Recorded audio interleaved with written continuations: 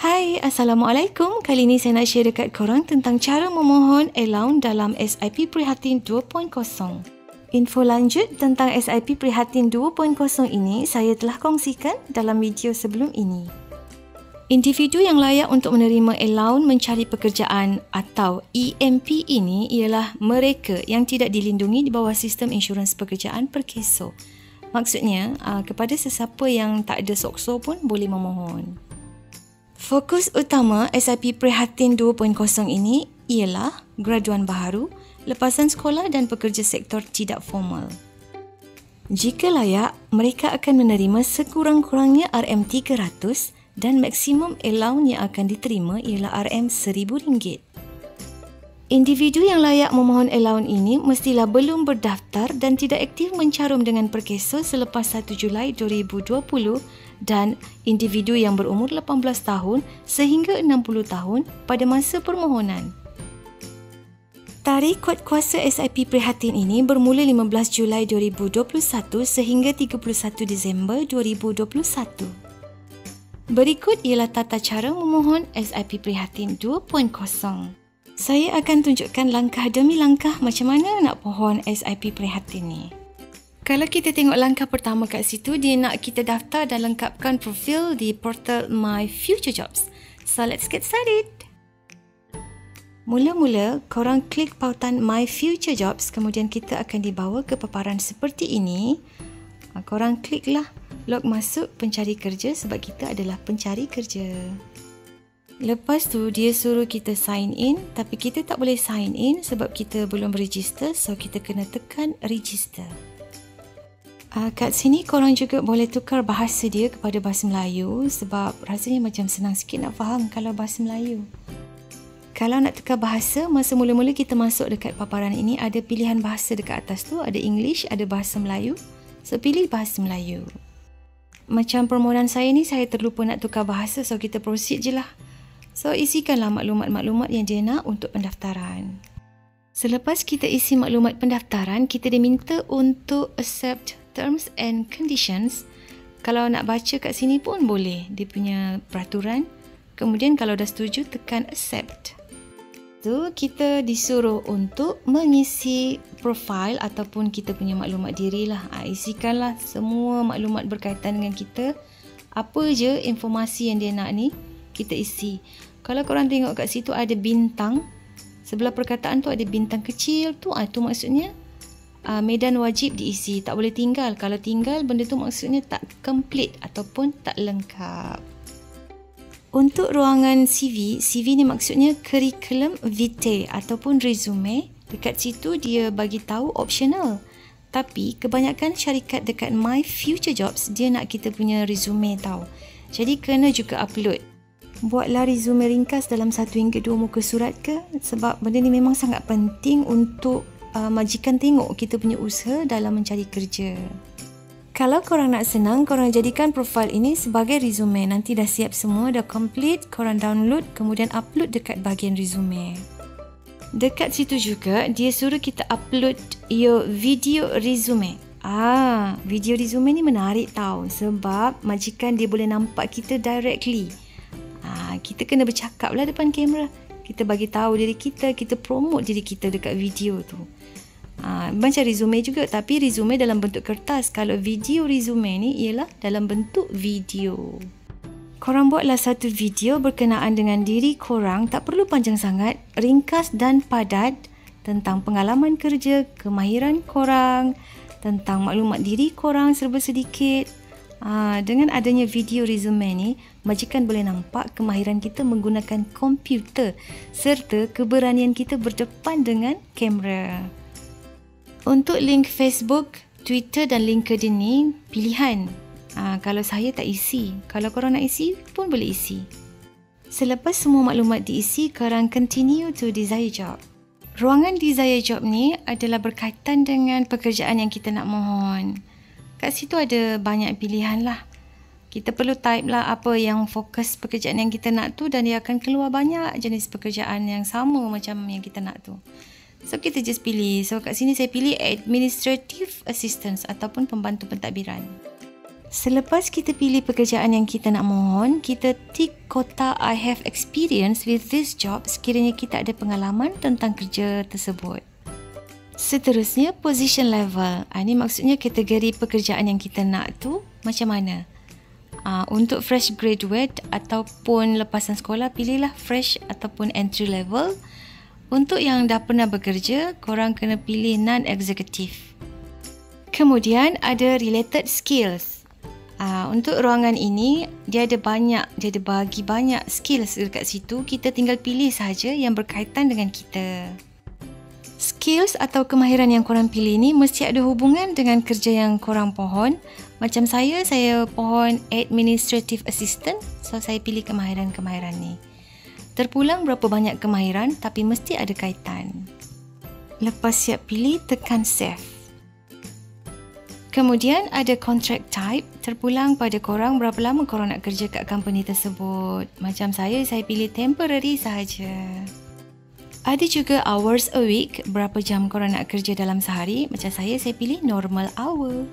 Normal hour ni macam dari pukul 8 sampai pukul 5 petang. Kalau kita tengok kat situ, saya pilih range gaji 1,500 hingga 1,900.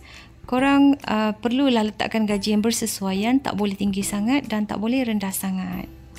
Lepas tu ada travel distance from, ini maksudnya jarak tempat kerja dari rumah korang. Korang pilihlah negeri korang duduk, lepas tu bandar di mana korang duduk sekarang dan letakkan jarak yang korang pilih. Korang boleh pilih jarak yang dekat ataupun jarak yang jauh. Macam saya pilih 10 km je dari rumah saya. Ada juga company size, maksudnya korang boleh pilih sama ada nak kerja kat company besar ke kecil. Akhir sekali ada sektor pekerjaan yang kita nak. Dekat sini dia dah sediakan semua, kita tinggal tick sahaja sektor pekerjaan yang kita nak tu. Korang boleh pilih lebih daripada satu sektor. Lebih banyak sektor yang korang pilih, lebih banyak peluang temu duga yang akan korang dapat nanti. Lepas dah pilih, teruskan kepada pengalaman kerja. Ruangan ini sangat penting agar majikan dapat melihat pengalaman kerja korang sebelum ini. Korang klik yes, kemudian isilah maklumat-maklumat yang berkaitan dengan pengalaman kerja. Saya letak kat situ kerani pentadbiran sebagai pengalaman kerja saya, kemudian letak taraf jawatan sebagai bukan eksekutif sebab saya kerani sahaja.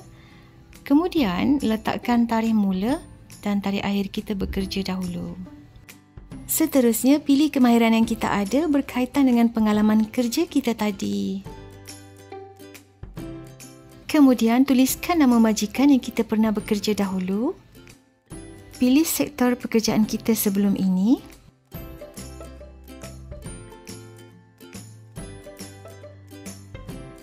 Masukkan deskripsi tugas. Deskripsi ni maksudnya kita punya tanggungjawab dekat company tersebut. Macam saya menyediakan gaji pekerja. Lepas tu saya urus aset, saya urus bil-bil syarikat. Jadi saya letaklah tentang semua jawatan ataupun tanggungjawab tersebut. Akhir sekali saya letak range gaji yang saya telah dibayar sebelum ini. Jika semua telah selesai, kita teruskan ke maklumat akademik ataupun education. Tapi sebelum kita pergi ke maklumat akademik, saya sentuh dulu tentang pemohon yang tidak mempunyai pengalaman kerja. Kepada pemohon yang tidak mempunyai pengalaman kerja, contohnya fresh graduate ataupun lepasan sekolah, korang tik sahaja tidak dekat situ. Nanti dia akan terus paparkan, teruskan ke akademik atau continue education. Tanpa perlu isi pengalaman kerja lah. Kalau dah yakin, teruskan ke maklumat akademik. Ruangan ni memerlukan korang isi taraf pendidikan. Korang klik education levels, lepas tu pilihlah taraf pendidikan korang. Lengkapkan maklumat tentang pendidikan korang, dia punya bidang study korang tu bidang apa, lepas tu major, lepas tu keputusan korang apa, tarikh mula belajar dan tarikh akhir belajar, lepas tu nama institusi dan negara institusi dan seterusnya kemahiran bahasa. Pilih kemahiran bahasa yang korang selesa untuk berkomunikasi dan menulis. Kalau korang rasa selesa bahasa Inggeris, so pilihlah bahasa Inggeris. Kemudian pilih level, sama ada beginner. Beginner ni maksudnya kurang fasih, intermediate, Fasih tapi tak berapa fasih, dan advance sangat fasih. Akhir sekali, korang kena pilih jenis lesen memandu, kemudian klik continue to training. Di ruangan training ni, korang kena masukkan jenis latihan yang korang pernah ambil sebelum ini. Jika tak pernah join sebarang latihan, korang kosongkan je training ni kerana ia hanyalah optional. Lepas tu, korang terus isi kemahiran. Kat sini ada banyak kemahiran yang dah disediakan. Korang just pilih saja yang berkaitan dengan diri korang.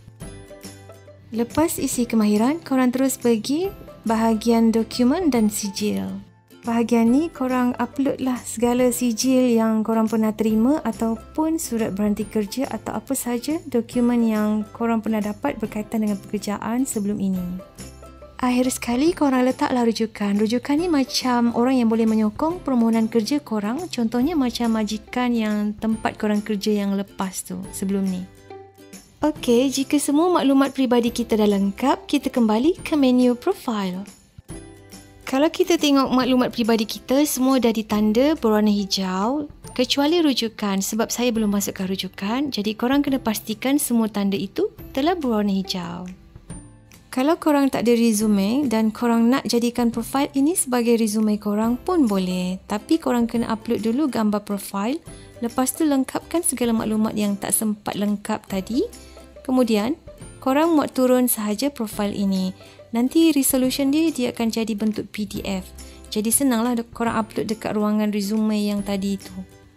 Lepas ni saya akan ajar cara untuk mencari ataupun mendapatkan majikan yang telah menawarkan temuduga dekat My Future Jobs ni. Baiklah, kalau korang tengok kat situ ada titik 3. Bila korang klik titik 3 tu ada banyak menu, salah satunya padanan pekerjaan ataupun match job. My Future Jobs dah padankan kita siap-siap dengan majikan yang boleh tawarkan kita kerja. Ni sama, dia punya tawaran tu adalah sama macam yang kita minta tadi. Macam saya minta pembantu pentadbiran, so semua jawatan yang dibagi tu adalah berkaitan dengan pembantu pentadbiran. Contohnya kat situ admin, setiausaha, ada pembantu pentadbiran, kerani. Inilah, jadi kita tinggal pilih je mana yang kita nak. So kita kliklah mohon. Bila kita klik mohon tu, kita ikutlah peraturan-peraturan company tu dia nak apa. So, kita follow je. Dan kita join lah temuduga dia. Kat sini juga disediakan informasi tentang sesuatu pekerjaan. Korang boleh baca, tapi mostly bahasa dia adalah bahasa Inggeris. Tapi tak apa, korang just mohon saja.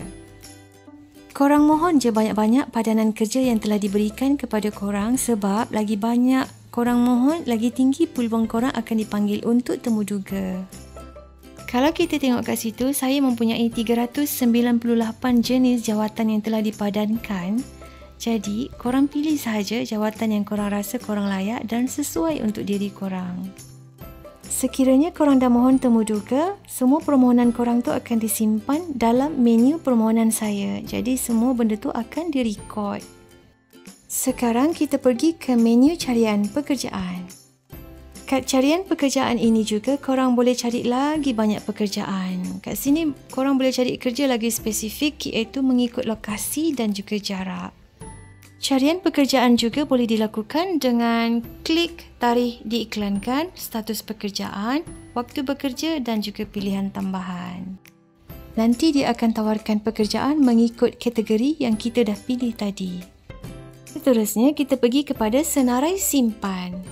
Senarai simpan ini juga penting sekiranya kita hendak menyimpan sesuatu pekerjaan sebelum kita mohon. Maksudnya kita nak tengok secara details dulu sebelum mohon, tapi kita tak ada masa, so kita simpan dahulu.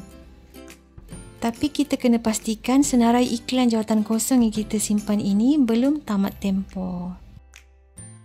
Seterusnya kita pergi ke menu permohonan saya. Kat sini dia akan simpan semua permohonan yang kita dah buat tadi sebagai rujukan kita. Korang boleh tengok kat sini permohonan yang sudah dipanggil temuduga ataupun permohonan yang belum dipanggil untuk temuduga. Kadang-kadang My Future Jobs juga ada iklankan temuduga terbuka. Jadi korang kena rajin jenguk laman web ini supaya korang tidak ketinggalan untuk menyertai temuduga terbuka tersebut. Mana tahu ada jawatan yang korang layak.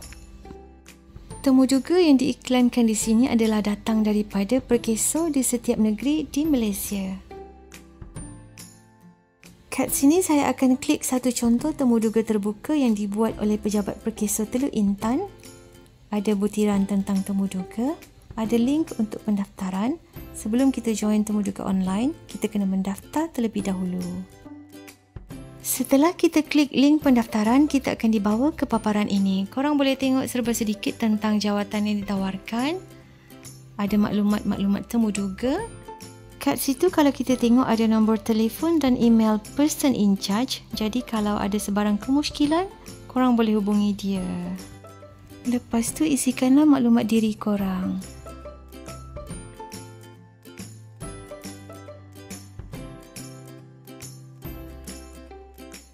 Untuk soalan 9, adakah anda penerima faedah SIP? Korang kena tik ya. Sekiranya korang memilih ya, korang kena pilih nama pegawai perkhidmatan pekerjaan. Kalau kat mula-mula tadi tu kita ada tengok nama Nur Hazika. Korang pilih nama dia, lepas tu korang tik sahaja.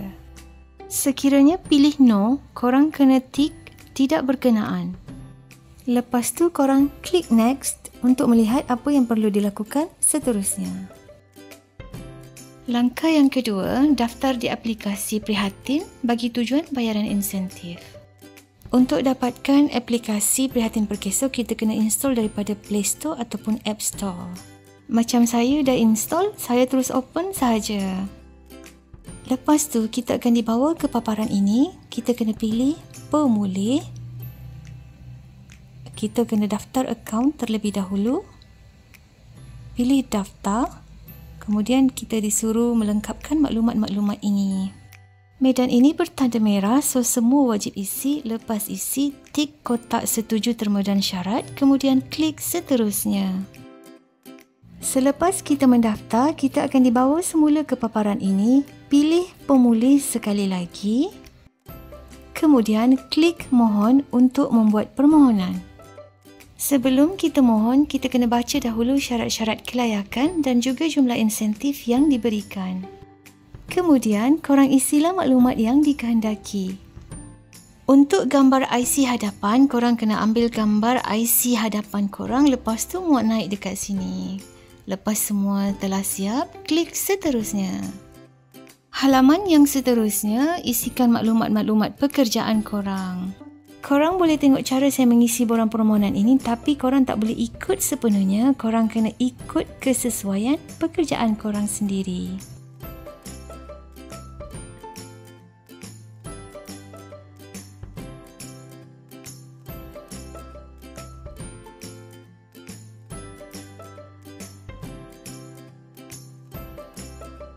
Step yang kedua ialah isikan maklumat bank. Pastikan nombor akaun yang korang isi kat sini adalah aktif.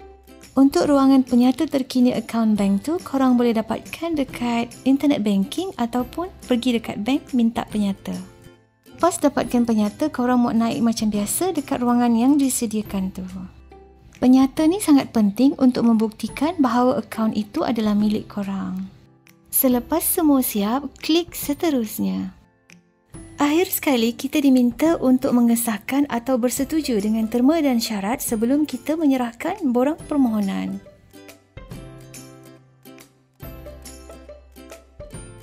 Langkah yang ketiga, hadiri temuduga dan kemaskini log aktiviti di portal My Future Jobs. Seperti biasa, sebelum memulakan sebarang aktiviti dekat aplikasi Prihatin Perkeso ini, kita akan dibawa ke paparan ini dahulu. Untuk hadiri temuduga dan kemaskini log aktiviti di portal My Future Jobs, korang kena klik aktiviti carian kerja. Sebelum masuk My Future Jobs, korang kena daftar masuk dahulu. Macam biasa, letakkan nombor kad pengenalan dan kata laluan. Tukarkan bahasa terlebih dahulu jika anda inginkan bahasa Malaysia. Lepas tu, korang tekan anak panah sebelah gambar profil tu dan pilih aktiviti saya. Kemudian, korang akan dibawa ke aktiviti saya. Untuk setiap jenis aktiviti yang ditetapkan dalam ECP, anda dapat melihat kemajuan anda menuju ke sasaran. Sebagai contoh, sekiranya 3/5 dipaparkan dalam lajur permohonan, ini bermakna bahawa anda perlu memohon jumlah 5 pekerjaan dalam jangka masa yang berkenaan dan anda kini telah memohon 3 pekerjaan. Ini bermakna jumlah temuduga yang korang perlu hadiri telah ditetapkan dalam satu tempoh tertentu. Jadi korang hanya perlu ikut jumlah tersebut. Bagi meningkatkan kelayakan korang untuk ditemuduga, korang kenalah kerap membuat permohonan temuduga. Saya dah tunjukkan cara-cara untuk memohon temuduga dekat langkah pertama iaitu langkah mengisi profil individu. Korang boleh cek semula kat sana. Semua jenis permohonan temuduga yang korang dah mohon ada disenaraikan dalam lajur permohonan saya. Rekod temuduga yang korang dah sertai ada direkodkan dalam aktiviti saya. Sekiranya rekod temuduga yang korang dah sertai tiada dalam aktiviti saya ini, korang boleh tekan aktiviti baru ataupun export aktiviti untuk masukkan maklumat temuduga korang tersebut. Di sini saya tunjukkan cara untuk memasukkan aktiviti baru dalam aktiviti saya. Korang boleh masukkan aktiviti yang telah korang lakukan dekat My Future Job sama ada permohonan kerja ataupun temuduga yang korang dah sertai ataupun apa sahaja aktiviti yang korang dah lakukan tapi tiada dalam rekod aktiviti saya. Maklumat tambahan tentang aktiviti yang korang telah lakukan adalah wajib diisi. Untuk ruangan muat naik, korang boleh muat naik segala surat menyurat yang berkaitan seperti surat panggilan temuduga ataupun surat tawaran bekerja. Seterusnya, kita pergi langkah yang keempat iaitu kemaskini tarikh kembali bekerja di aplikasi Prihatin Perkeso. Seperti biasa, korang masuk aplikasi Prihatin Perkeso dan pilih pemulih. Lepas tu, korang pilih aktiviti carian kerja. Kemudian, klik pada anak panah di sebelah gambar profil korang tu. Sekiranya korang dah diterima bekerja, korang mesti kemaskini maklumat pekerjaan tersebut dengan menekan aktiviti baru dan masukkanlah maklumat kerja baru korang tu. Sekiranya korang tak kemaskini pekerjaan baharu tersebut, korang tak akan dapat RM400 iaitu allowance persediaan bekerja daripada Perkeso. Tapi perlu diingatkan untuk dapatkan RM400 tu, korang perlu dapatkan pekerjaan baharu dalam tempoh 3 hingga 4 bulan sahaja. Langkah yang terakhir ialah terima bayaran mengikut aktiviti yang dijalankan seperti di jadual 2. Maksudnya, korang kena lengkapkan semua aktiviti dalam jadual 2 ini untuk melayakkan korang mendapat insentif daripada Perkeso. Bayaran adalah secara automatik dalam akaun bank anda yang anda telah daftarkan. Korang boleh tengok jumlah insentif dan syarat kelayakan dalam jadual 1 yang dipaparkan. Korang boleh juga jawab soalan penilaian yang ada dekat My Future Jobs ini untuk membantu korang mengenal pasti pekerjaan yang sesuai dengan korang berpandukan ataupun mengikut personaliti diri korang. Di sini saya tunjukkan jawapan penilaian saya mengikut personaliti saya dan apa jawatan yang sesuai dengan personaliti saya.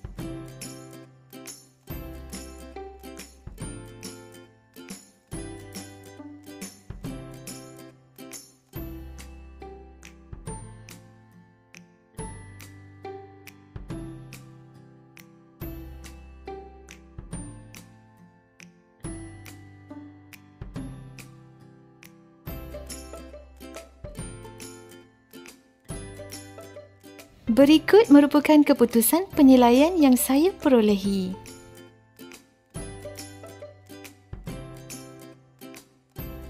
Hasilnya sebanyak 57 pekerjaan yang sesuai dengan personaliti saya. Penilaian ini membantu saya memilih pekerjaan yang sesuai dan saya boleh letakkan pekerjaan ini dalam profil individu saya. Korang boleh juga letakkan tahap persediaan korang untuk menerima pekerjaan yang ditawarkan.